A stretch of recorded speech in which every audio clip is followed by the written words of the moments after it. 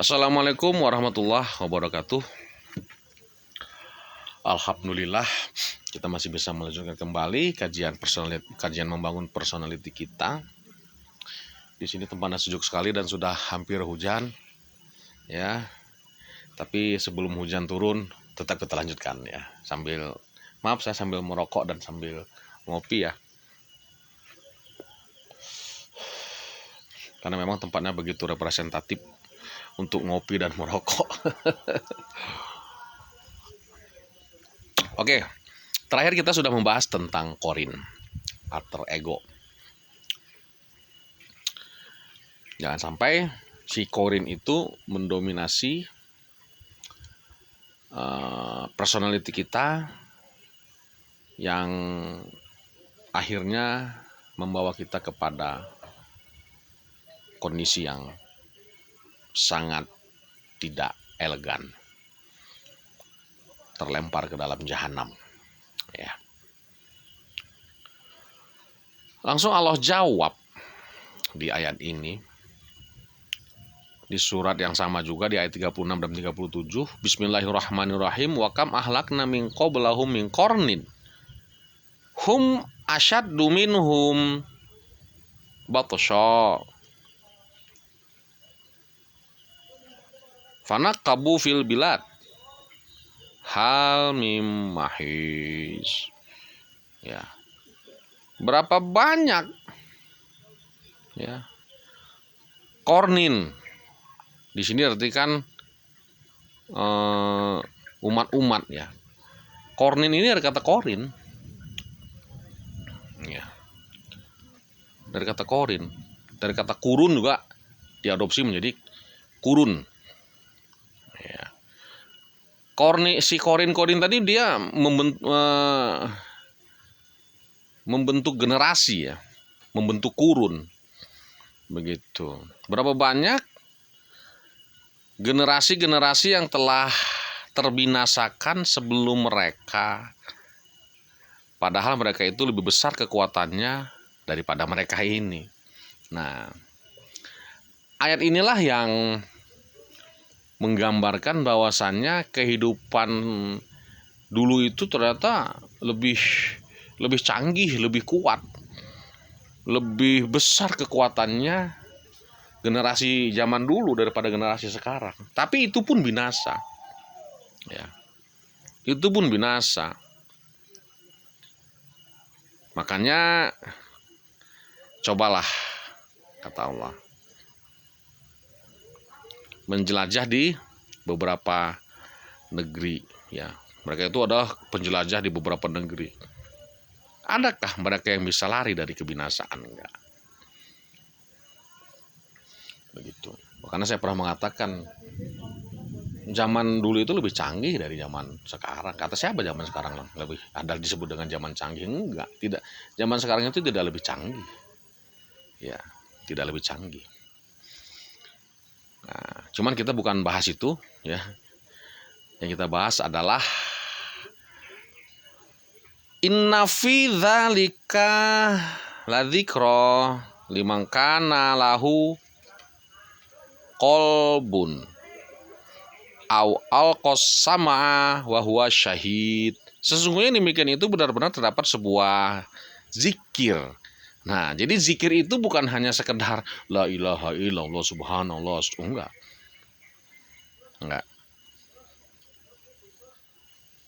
Menjelajah ya, atau menelusuri atau mempelajari fenomena dan peristiwa sejarah itu juga merupakan bagian dari zikir, bagian dari pembelajaran. Bagi orang yang punya kolbu katanya kan. Nah, orang-orang yang mempunyai kolbu, kok di sini terjemahannya orang-orang yang punya akal, enggak ada kata akal di sini, ya ada kata kolbu. Kana lahu kolbun. Jelas itu kalimatnya adalah kolbu, bukan kana lahu aklun, enggak. Kana lahu kolbun. Au alqos sama atau mempunyai pendengaran dan dia wahwa syahid dan dia bisa membuktikan itu. Ya, jadi ini menceritakan cerita selanjutnya. Nah, jadi kalau kita buat sebuah slogan, ya ayat ini learning kolbu by historical, ya, atau pendewasaan atau akuisisi pendewasaan kolbu, ya, lewat sejarah. Nah, berarti tidak hanya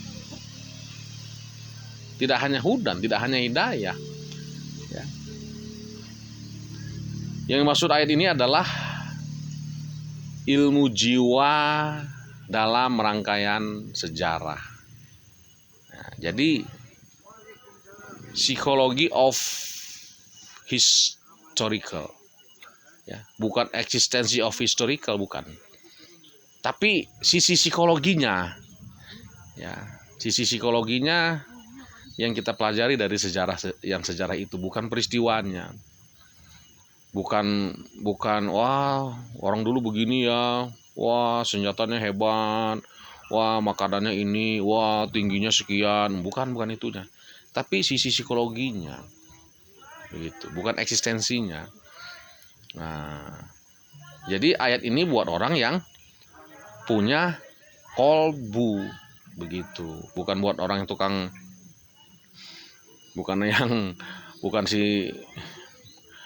bukan buat orang yang suka melakukan onani spiritual, bukan, ya. Nah, jadi al-qasama itu nyambung dengan kolbu, ya, kolbu itu nyambung dengan samunnya, dengan pendengarannya. Ini capaian minimalnya. Jadi dari fenomena dan peristiwa dalam sejarah itu bisa menjadi pendewasaan kolbu, bukan hanya sekedar jadi cerita atau dongeng, gitu loh. Kita misalnya mendengarkan sejarah Rasulullah, misalnya ini, ya. Nah, capaian kolbunya apa? Pendewasaan buat kolbu kita apa? Bukan hanya sekedar jadi cerita tanpa ada sesuatu yang bisa kita gali di sana sehingga kita menjadi orang yang dewasa secara kolbiah, ya. Ceritakan Muhammad begini, Rasul begitu, Rasul begini, segala macam. Terus gunanya apa? Toh akhirnya tidak bisa kita contoh. Ya buat apa juga diceritakan cerita itu. Nah, jadi kita itu harus bisa mendewasakan diri kita secara kolbiah lewat historical, lewat sejarah. Ya, kita sering memperingati Maulid. Ya, lantas dengan memperingati Maulid itu, apakah kita menjadi orang yang dewasa? Nah, harusnya begitu. Setelah kita memperingati sejarah ini, kita bertambah dewasa. Bukan hanya sekedar seremonial saja, tanpa ada akuisisi apapun yang bisa kita ambil, tanpa ada tauladan apapun yang bisa kita tauladani dari sifat Nabi itu, dari akhlak Nabi itu. Ya, karena Nabi itu laqad kana lakum fi Rasulillah uswatun hasanah. Sesungguhnya pada Rasul itu adalah contoh yang baik. Tapi kenapa seolah-olah kita kok tidak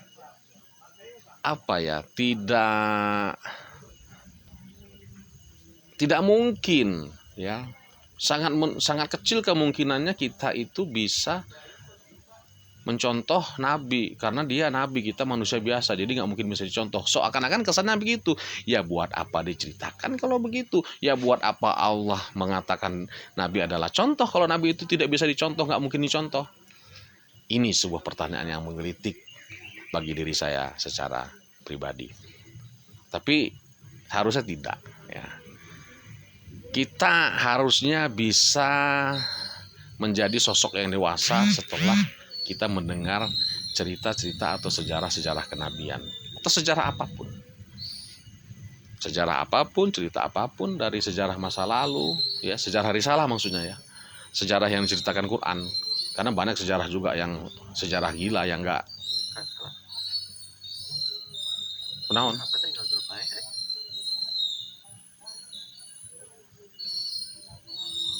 Baik baterai. Itu ah ya kene. Terima kasih seru aja. Ya, jadi kita harus mampu mendewasakan diri kita ini secara kolbiah lewat sejarah-sejarah risalah yang Allah jelaskan di kitabullah. Demikian, assalamualaikum warahmatullahi wabarakatuh.